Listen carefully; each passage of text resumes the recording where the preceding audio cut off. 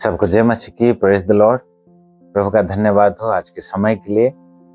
आज एक विशेष प्रश्न को हम देखेंगे जो कि बहुत सारे मसीह लोगों के बीच में ये सवाल है, ये प्रश्न है और बहुत ही लोगों के बीच में ये कंफ्यूजन है इस सवाल को लेकर के। तो इस सवाल को आज हम देखेंगे। ये सवाल है, जो बपतिस्मा नहीं लिया क्या वो रैप्चर में जाएगा? जो बपतिस्मा नहीं लिया क्या वो रैप्चर में जाएगा? ये सवाल बहुत सारे मसीह लोगों के मन में है कि जो बपतिस्मा नहीं लिया अगर रैप्चर हो जाएगा तो क्या वो जाएगा, क्या वो जा पाएगा? True repentance will result the obedience to the word of God. एक सही में जब एक व्यक्ति पाप से पश्चाताप करता है और यीशु मसीह पर विश्वास करता है तो वो यीशु मसीह की आज्ञा को मानने के लिए उसके लिए कुछ भी दिक्कत की बात नहीं होती। वो उसके जीवन में एक बहुत ही बड़ा साहस आ जाता है और वो यीशु मसीह के वचन को मानने लगता है। तो हम देखते हैं जो बपतिस्मा है, ये बपतिस्मा ये यीशु मसीह का आज्ञा है। This is the great commission, ये कमांडमेंट है। आपको पता है मत्ती उसका 28 अध्याय और उसका 19 पद से 20 पद तक जब हम पढ़ते हैं वहां पर लिखा गया है, यीशु मसीह ने कहा कि स्वर्ग और पृथ्वी का अधिकार मुझे दिया गया है, इसलिए तुम लोग जाओ और सारे जाति के लोगों को सुसमाचार प्रचार करो और उनको पिता, पुत्र और पवित्र आत्मा के नाम से बपतिस्मा दो और उनको मेरा चेला बनाओ और जो जो आज्ञाएं मैंने तुम लोगों को दिया है वो आज्ञा को मानने के लिए उनको सिखाओ। तो यहाँ पर हम देख पाते हैं कि यीशु मसीह का आज्ञा है कि जो कोई भी सुसमाचार पर विश्वास करे, पापों से पश्चाताप करे और मन फिराए और यीशु मसीह पर विश्वास करके करे तो उनको बपतिस्मा देने के लिए चेले लोगों को यीशु मसीह ने आदेश दिया है। उसी प्रकार हम देख पाते हैं प्रेरितों के काम में जितनों ने यीशु मसीह को ग्रहण किया उन्होंने बपतिस्मा लिया। तो बपतिस्मा बहुत इंपॉर्टेंट सब्जेक्ट है बाइबल में। लेकिन आज का जो प्रश्न है, अगर कोई बपतिस्मा नहीं लिया तो क्या वो रैप्चर में जा पाएगा?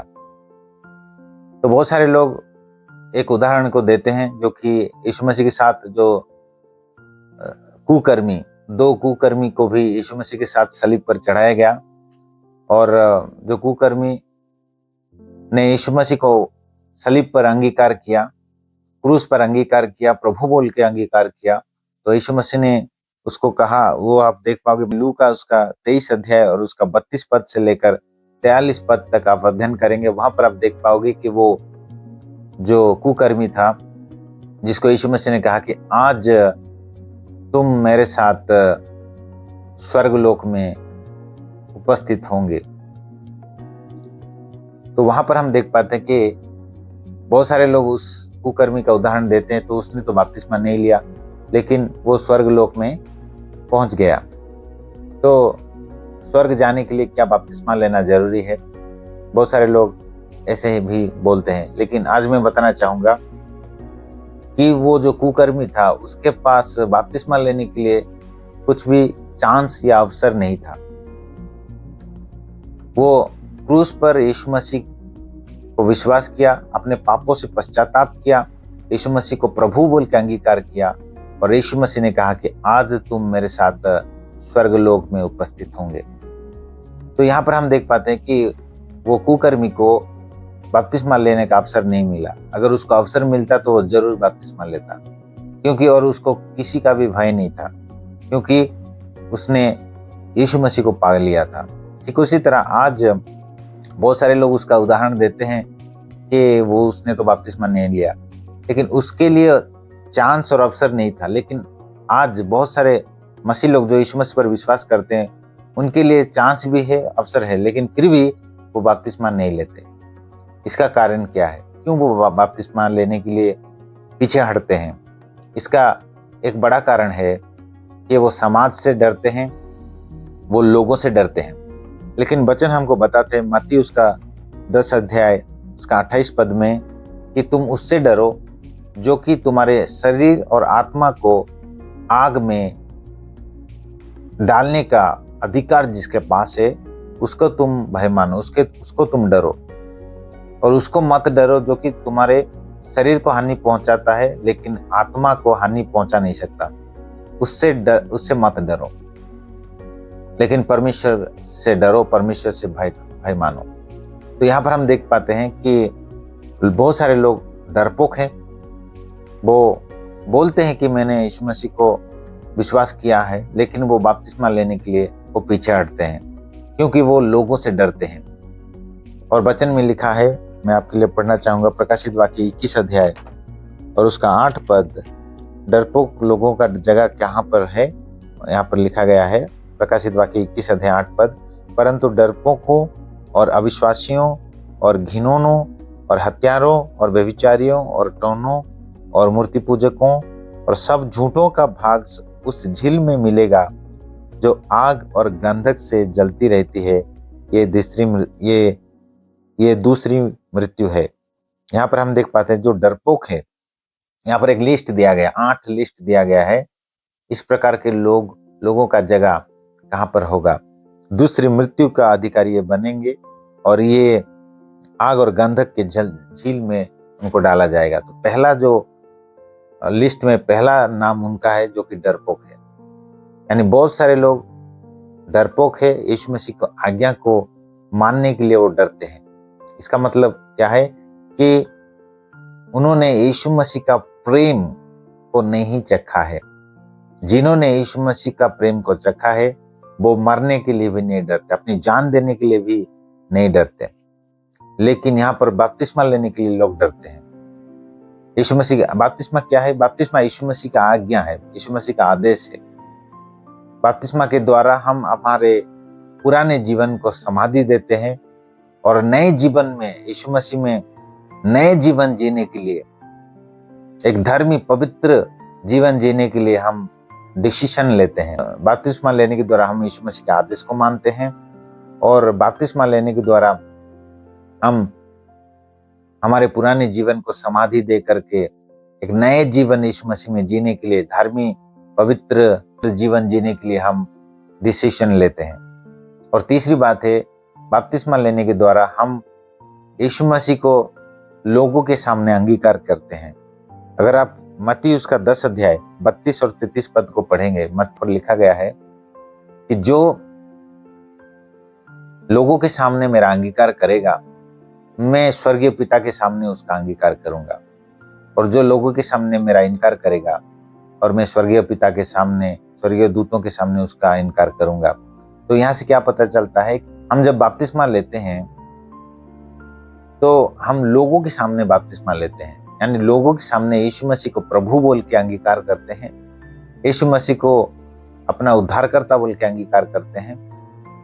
और हम बपतिस्मा के द्वारा हम लोगों के सामने यीशु मसीह को अंगीकार करते हैं, स्वीकार करते हैं। लेकिन जब हम बपतिस्मा लेने के लिए इनकार करते हैं तो इसका मतलब है हम यीशु मसीह को लोगों के सामने, यीशु मसीह को अंगीकार करना इनकार करते हैं।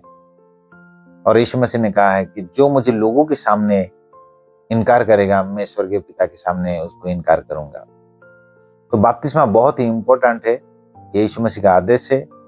बपतिस्मा के द्वारा हम लोगों के सामने यीशु मसीह को अंगीकार करते हैं और बपतिस्मा के द्वारा हम डिसीजन लेते हैं कि मेरा पुराना जीवन में समाधि देता हूं और नए जीवन में नए सिरे से यीशु मसीह में एक नया जीवन जीने के लिए मैं डिसीजन लेता हूं। तो यहाँ पर मैं एक परिस्थिति में आपको बताऊंगा। अगर एक व्यक्ति जो कि यीशु मसीह पर विश्वास किया है और यीशु मसीह पर पूरे मन से, पूरे हृदय से विश्वास किया है और बपतिस्मा लेना चाहता है, लेकिन बपतिस्मा लेने से पहले रैप्चर हो गया, तो वो व्यक्ति जरूर रैप्चर में जाएगा। लेकिन और एक व्यक्ति, उसका परिस्थिति, वो विश्वास किया है लेकिन बपतिस्मा लेने के लिए वो डरता है। बपतिस्मा लेने के लिए उसको चांस भी मिला, अवसर मिला, लेकिन वो बपतिस्मा नहीं ले रहा है, लोगों से डरता है, समाज से डरता है। तो इससे क्या होता है, जब रैप्चर होगा तो वो नहीं जा पाएगा, क्योंकि डरपोक रैप्चर में नहीं जा पाएंगे। मैं आपको बता दूं, जो कि सही तरह से, पूरे मन से, पूरे हृदय से यीशु के प्रेम को चख कर यीशु को ग्रहण किया है वो कभी भी परमेश्वर की आज्ञा मानने से नहीं डरेगा, परमेश्वर की आज्ञा को मानने के लिए पीछे नहीं हटेगा। मेरा गवाही मैं आपको दूंगा, मैं जब यीशु मसीह को जाना तब 1 महीने के अंदर मैंने बपतिस्मा लेने के लिए मैंने ठान लिया। मैंने किसी को नहीं डरा। मेरे परिवार अन्य जाति में थे, लेकिन आज सब लोग प्रभु को पाए हैं, सब लोग प्रभु में आ गए हैं, प्रभु का धन्यवाद हो। लेकिन उस समय में जब मैं अकेला था तो मैंने किसी को नहीं डरा। 1 महीने के अंदर मैंने बपतिस्मा लिया, क्योंकि मेरे जीवन में मैंने यीशु को पा लिया। एक बड़ा साहस मेरे जीवन में आ गया। और मुझे मार भी पड़ता था, मेरे पिताजी भी मुझे मारते थे, फिर भी मेरे जीवन में एक बड़ा साहस था। और मैं आपको बता दूं, जब आप सही में यीशु मसीह को जानेंगे, सही में यीशु मसीह का प्रेम को आप चखोगे, तो किसी का भी भय आपको नहीं होगा, आप किसी को भी नहीं डरोगे। और विशेष करके परमेश्वर की आज्ञा को आप नम्र हो करके मानोगे। और बपतिस्मा ये यीशु मसीह का आदेश है।